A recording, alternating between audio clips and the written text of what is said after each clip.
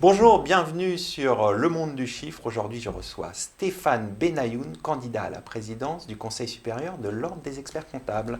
Stéphane, bonjour. Bonjour. Alors, pourquoi vous présentez-vous?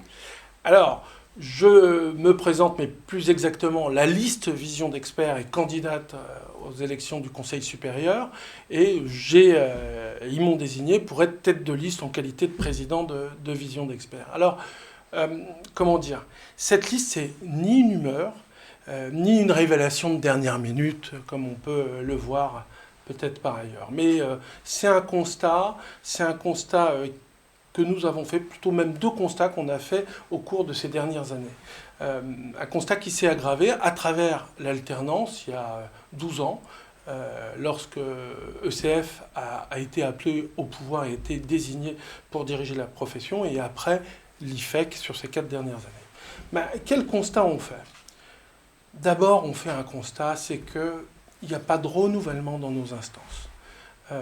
Les candidats qui sont là, à part peut-être les 2 ou 3 premiers, sont des candidats qui étaient là il y a 20 ans. Alors, c'est marrant parce que dans la préparation de la campagne, on a appelé ces deux listes les listes séculaires. Pourquoi les listes séculaires?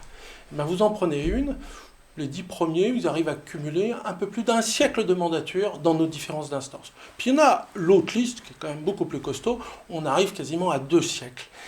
Et de ce premier constat, on en découle un second. C'est que ces gens, l'absence de renouvellement, l'éloignement du terrain et la non-représentativité de l'essentiel de nos confrères qui sont des libéraux fait qu'on a abouti à des décisions qui étaient parfois préjudiciables à la profession, ou prises hors sol, ou déconnectées de l'intérêt. Et donc, à ce moment-là, depuis plusieurs années, se sont regroupés autour de nous des confrères de tout horizon. Nous, on ne demande pas l'appartenance. Il y a encore des gens qui sont à ECF, d'autres qui l'ont quitté, ou à l'IFEC, et qui ont une volonté de faire bouger l'instance et de renouveler, de l'adapter à notre époque. Alors, vous parlez justement de l'absence de renouvellement. Est-ce que vous pensez que le changement de scrutin a favorisé l'émergence de candidatures comme la vôtre? Est-ce que ça va favoriser le renouvellement au sein des instances? Alors, sérieusement, Arnaud, on se serait satisfait de l'ancien scrutin, qui a peut-être été un peu modifié, un peu à cause de Vision d'experts en Île-de-France. Je crois qu'on s'en serait satisfait, on se satisfait parfaitement. Oui, c'est une bonne évolution. Le nouveau scrutin n'est pas parfait. Il devra évoluer, en particulier sur la représentativité en région, mais très sincèrement, Arnaud, c'est pas le sujet qui intéresse nos confrères. C'est de la cuisine électoraliste entre les différents syndicats et des différentes volontés de se maintenir ou pas au pouvoir. Nous, ce qui nous intéresse aujourd'hui, c'est la reconnaissance de la profession, la crise sanitaire, la crise économique qui arrive, les problèmes des différentes normes. Donc voilà, c'est positif, ça va dans le bon sens, c'est pas central. Alors, venons-en à vos propositions. Quels sont les axes de votre programme? Quels sont les axes de nos programmes? Alors, on a un programme qui est très riche, qui est fait, sur lequel on travaille depuis 2 ans. Et je peux vous dire qu'entre experts comptables, libres, indépendants et les libéraux, c'est toujours des sujets à discussion. Donc on a abouti à un très beau programme, très ambitieux, que j'invite tous mes confrères à télécharger sur le site Vision d'experts avec un S, à expert et à vision et tout attaché.fr. Alors, le premier sujet, le plus important, c'est reprendre confiance. Le problème, il est chez nous. Nous, on n'a pas de doute sur la qualité du travail qu'on fournit. On n'a pas de doute sur nos exigences, sur nos formations, sur la relation avec nos clients, éprouvée qu'elle a été pendant la crise sanitaire. L'un des points positifs de cette crise sanitaire, ça a montré notre rôle indispensable. Qui a pu mettre en place l'activité partielle? Qui a aidé les entreprises sur le PGE?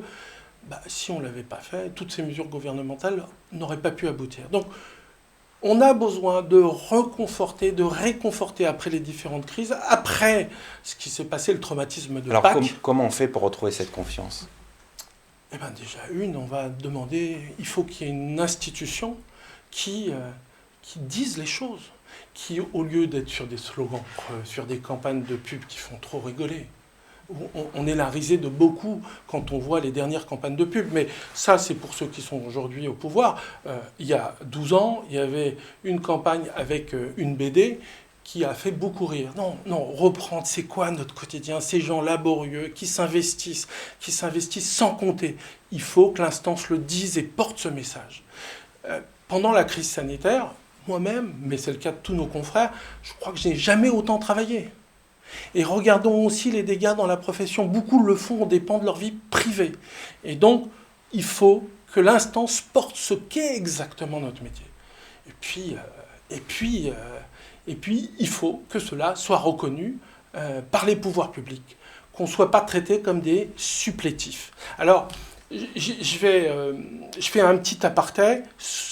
Les pouvoirs publics ont un biais dans la vision de notre profession parce que, pour une erreur historique, nous dépendons aujourd'hui de la DGFiP.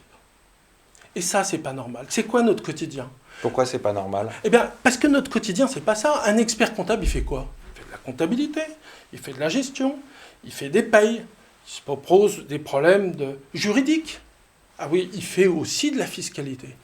Or, notre réglementation, notre tutelle est assise à côté de la direction des impôts. Et c'est elle qui incite et qui gère tout ce qu'est notre réglementation. Et c'est une idée qui a été soufflée il y a de nombreux mois par nos confrères de région. C'est qui l'interlocuteur compétent qui devrait être le commissaire du gouvernement? Un représentant du préfet de région. Un représentant du préfet de région. Alors, quand on parle de ce sujet avec le ministère de l'Intérieur ou avec des hauts fonctionnaires des finances, vous n'y arriverez jamais. Ben, ce n'est pas parce qu'on ne va pas y arriver qu'on ne va pas recentrer les choses. Alors, voilà, ça c'est rétablir la confiance. Et puis, voilà, on a plein de soucis. Il faut qu'on ait sur des normes, sur des réglementations qui ne sont pas adaptées. Peut-être qu'on reviendra tout à l'heure sur le problème de la norme anti-blanchiment. Oui, il en faut, mais adapté à notre métier. Ce n'est pas le cas aujourd'hui. Il nous faut bien sûr une déontologie sérieuse, rigoureuse, des contrôles de qualité. Oui, mais on ne peut pas avoir une inflation réglementaire et de l'autre côté, permettre aux tout venants de rentrer sur le marché qui est réglementé. Donc voilà. Ça veut dire lutte contre l'exercice illégal? Oui. Alors, si vous voulez, je développe la lutte contre l'exercice illégal. L'exercice illégal, aujourd'hui, disons-le clairement, tant pour les uns, nos concurrents dans cette élection, pour les uns comme pour les autres, ce n'est qu'un argument électoral. Ce n'est qu'un argument électoral. Le Conseil supérieur fait une communication, a lancé une communication identifiée, etc., dans la presse. Moi, je veux bien, mais s'adresser aux lecteurs des Échos, du Figaro et du Point, je ne crois pas que ce soit la cible. Maintenant, on regarde ce que propose Expert Comptable de France avec son navire amiral, qu'est l'Île-de-France. Nous, on prend les chiffres produits par le Conseil régional. En 4 ans, il y a encore plus d'illégaux, plus de 6 000 en Île-de-France, plus d'illégaux que d'experts comptables. Alors, que faut-il faire? Eh bien, ce qu'il faut faire, c'est qu'il faut recentrer. Au lieu que ce soit un argument électoral, Arnaud, nous devons d'abord former des confrères pour attaquer les marchés où nous sommes absents. Et une fois qu'on attaquera ces marchés, qu'on a des gens capables d'attaquer ces marchés, faire une communication vers eux, lancer des procédures pour le recel de bilan, ceux qui vont utiliser les états financiers. Mais il y a une anecdote que je voudrais quand même vous citer. On parle toujours de la lutte contre l'exercice illégal. Mais moi, je voudrais vous rappeler, lors de la précédente mandature, un certain nombre de confrères ont porté à la connaissance du Conseil supérieur un certain type d'exercice illégal. Ça concernait 2 secteurs d'activité, le secteur bancaire et le secteur immobilier. On voit bien dans les gestions des copropriétés, les tenues de comptabilité, facturées, etc. Fort légitime, probablement des missions à faible valeur ajoutée, mais le nombre de missions étant large, pouvant apporter à un certain nombre de personnes dans la profession une part de chiffre d'affaires. Qu'a fait le Conseil supérieur? A dit non, on ne va ni s'attaquer au secteur immobilier, ni au secteur bancaire. Et je m'engage de porter d'abord des négociations sur ces secteurs, parce qu'on ne peut pas réclamer l'indépendance des experts comptables ou des commissaires aux comptes et laisser passer comme ça les gens qui tiennent des portefeuilles financiers et qui tiennent des comptabilités de copropriété. Alors j'aimerais aborder un autre sujet. Vous avez évoqué que les experts comptables doivent conquérir de nouveaux marchés. Est-ce que ça passe par adapter la formation des experts comptables?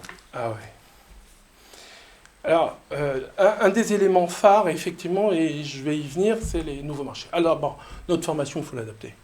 Il faut l'adapter parce que le monde change. Le monde change. C'est vrai que l'inertie de l'éducation nationale sur la réforme du contenu est beaucoup trop longue, d'accord ?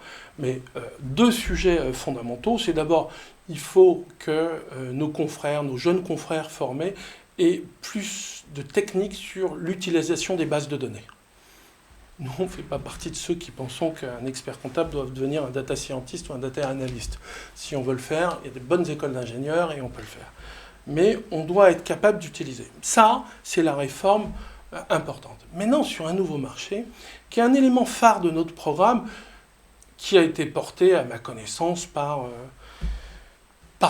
un certain nombre de mes colistiers, et en particulier deux qui sont bien spécialisés sur le sujet, c'est Peggy Muche de Nouvelle-Aquitaine et Christine Chavigny du Val-de-Loire. C'est la comptabilité GES. Alors, on va me dire, Stéphane, c'est quoi la comptabilité GES ? Qu'est-ce que ça veut dire ? Voilà. Eh bien, c'est la comptabilité des émissions de gaz à effet de serre. On est sur des trajectoires aujourd'hui de réchauffement climatique sur lesquelles il va falloir agir. Il va falloir agir massivement. On pose deux choses. On sait, de manière très claire, c'est déjà écrit dans les textes, qu'il est aujourd'hui obligatoire pour un certain nombre d'entreprises, d'entités économiques, de produire ces bilans. Bon an, mal an en France, 5700 par an. Taux de conformité, 1700. À peine 30% répondent à leurs obligations. Mais de manière très claire, à la fois aux frontières, pour limiter, pour réduire les gaz à effet de serre, on va avoir besoin, par entité économique, de pouvoir sortir ces bilans et ces reportings ou comptes de résultats. Eh bien, nous, on propose une action volontariste. Aujourd'hui, c'est un métier très éparse, avec des ingénieurs, avec un certain nombre de confrères, etc. Très sincèrement, on ne peut pas dire que la profession soit emparée du sujet. Royalement, le Conseil supérieur forme à peu près une dizaine de confrères au sujet. Eh bien, dans le programme, quelque chose d'ambitieux. En 2021, nous allons produire, énoncer une norme de l'ordre des experts comptables qui sera spécifique pour la tenue de la comptabilité GES de gaz à effet de serre et l'établissement des bilans de gaz à effet de serre. Alors, on va le faire pour les PME et les TPE. Pourquoi ? Parce qu'il y a une complexité plus importante sur les grandes entreprises et les grandes administrations. Et ça, c'est une ressource qui peut être extrêmement intéressante pour tout le monde demain. Alors, un autre sujet qui me semble intéressant d'aborder, on est dans un moment difficile, et c'est notamment difficile pour les jeunes professionnels. Quelles sont vos propositions pour les jeunes experts comptables ? Alors, moi, je veux dire, j'ai commencé mon engagement dans la profession au CJEC, et il y a un truc qui m'énerve. On me dit, vous êtes un jeune professionnel, venez, je vais vous expliquer. Non. La jeunesse, c'est ni une tare, ni un défaut, c'est aussi peut-être un peu une qualité. D'abord, ce qu'on appelle les jeunes professionnels, c'est des confrères de plein exercice. Un point, c'est tout. Ils payent des cotisations comme nous, ils ont le droit au respect et au fait qu'on ait une attention toute particulière.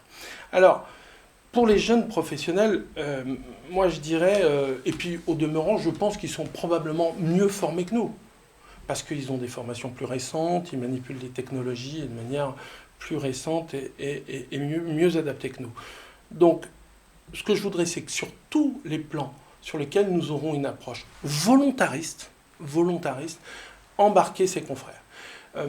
Tout à l'heure, je vous ai parlé de la comptabilité GES. En 2022, nous avons l'intention de former 500 experts comptables en France à cette norme de l'ordre des experts comptables. Probablement une formation qui sera gratuite, sur financement public ou sur financement propre de l'instance. Eh bien, même si nous allons au-delà du quota de 500 confrères, ça restera ouvert aux jeunes confrères. Maintenant, sur les terres de conquête, qui sont reconquérir les territoires abandonnés, en particulier vers les illégaux, sur la TPE, sur les TPE, oui, il faut avoir une technique, où les systèmes d'information sont importants parce qu'il faut que ce soit rentable, ou sur le marché bancaire ou le marché de l'immobilier, eh bien, on aura des campagnes de communication massives après vers le marché et on orientera vers ceux qui auront suivi ces formations et en particulier de manière privilégiée vers les jeunes. Juste un passage sur les jeunes, je voudrais dire un mot sur les spécialités. qui est Oui. très à mode aujourd'hui. C'était la réforme du président Tandé. Ouais. Alors, pour les jeunes, je pense que nous, depuis le début, depuis 8 ans, nous sommes opposés aux spécialités, gérées par l'ordre. Pourquoi ? Parce que mon principe, c'est la liberté. Si quelqu'un considère qu'il est spécialiste, qu'il communique. Et si demain, il a communiqué à tort et à travers et qu'il y a des réclamations, eh bien, ce sera la commission des devoirs et intérêts professionnels. On ne va pas créer des carcans. Regardez les dispositions. Mais j'attire votre attention. Pour pouvoir bénéficier d'une spécialité aujourd'hui, il faut un diplôme spécifique sur lequel on a passé au moins 120 heures. Bon, c'est pour. Il faut 5 ans d'exercice dans ce diplôme. Dommage pour les... Et en plus, il faut que ça représente au moins 10% de votre chiffre d'affaires. Donc, c'est une barrière à l'entrée et ça vise en particulier les jeunes confrères. Et puis, c'est une manière de diviser la marque. On a une marque forte. On ne veut plus rediviser notre instance. Alors, un mot sur l'attractivité de la profession. Comment recruter de nouveaux talents? Parce qu'on sait qu'il y a un déficit d'attractivité de la profession. Tout simplement en disant qui nous sommes. Je veux dire, à travers toutes ces campagnes de communication, ces slogans creux, la bonne mère de famille sur la Game Boy avec son fils, c'était pas ça. C'est quoi notre métier? C'est fait d'hommes et de femmes tellement divers dans notre exercice, de celui qui fait du conseil, d'autres du comité d'entreprise, d'autres qui est particulièrement compétent en fiscalité, la relation humaine. Tout ça, c'est des atouts majeurs. Vous savez, c'est à rapprocher des peurs actuelles. Vous écoutez, là, pendant la campagne, attention, les nouveaux systèmes, la compta à 10 euros. Mais attendez, il faut être sérieux, il faut remonter. C'est quoi notre spécificité? C'est notre proximité, notre agilité vis-à-vis du client. Bien sûr que les tâches répétitives vont disparaître, mais c'est comme dans la gastronomie, c'est le condiment. C'est un petit peu de sel qui vont faire qu'on va être utile ou pas à nos clients et à l'économie. Alors on arrive au terme de cet entretien. En un mot, quelle est votre ambition pour la profession? Quelle est, en un mot? En quelques mots. Allez-y Stéphane. On est entre... alors c'est moins une ambition qu'une vision et les moyens qu'on doit mettre en œuvre pour que ça devienne réellement une ambition. Mais je suis d'un optimisme extraordinaire. On rencontre, les technologies qui sont mises à notre disposition aujourd'hui sont extraordinaires. On voyait avec un certain nombre de confrères sur un restaurant classique où on pouvait passer, avant la crise sanitaire bien sûr, où on pouvait passer 7 heures par mois de tenue, on en est maintenant à passer à 2 heures, avec une qualité qui est augmentée, et pour lequel nos clients ne nous demandent pas de baisser les honoraires. Donc, on a une fenêtre extraordinaire. Il faut arrêter. Je le dis, mais vraiment sincèrement, à tous mes confrères et tous ceux qui concourent à cette élection, il faut arrêter de gérer par la peur. Non, il faut qu'on s'approprie les choses, que l'ordre soit là, les accompagne, et qu'on puisse être dans un modèle d'accompagnement de l'immense majorité. On est là pour accompagner le plus grand nombre. Je ne veux pas être un Steuerberater. Je ne suis pas un supplétif de l'administration fiscale, je suis le conseil des entreprises. Et une des confusions dans la transposition des textes européens, c'est que nous, experts comptables français, on est un cas unique. On n'est ni les CPA anglais, ni les Steuerberater. On est le conseil des entreprises. Et je vous dirais, Arnaud, pour terminer, 2 choses sont très importantes. L'indépendance, le secret professionnel.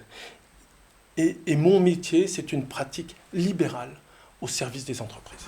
On va conclure là-dessus. Merci d'être venu sur le plateau de Décideur TV, Stéphane. Merci Arnaud et merci de m'avoir reçu. Merci à tous pour votre fidélité. Je vous retrouve prochainement pour un nouvel interview du Monde du Chiffre.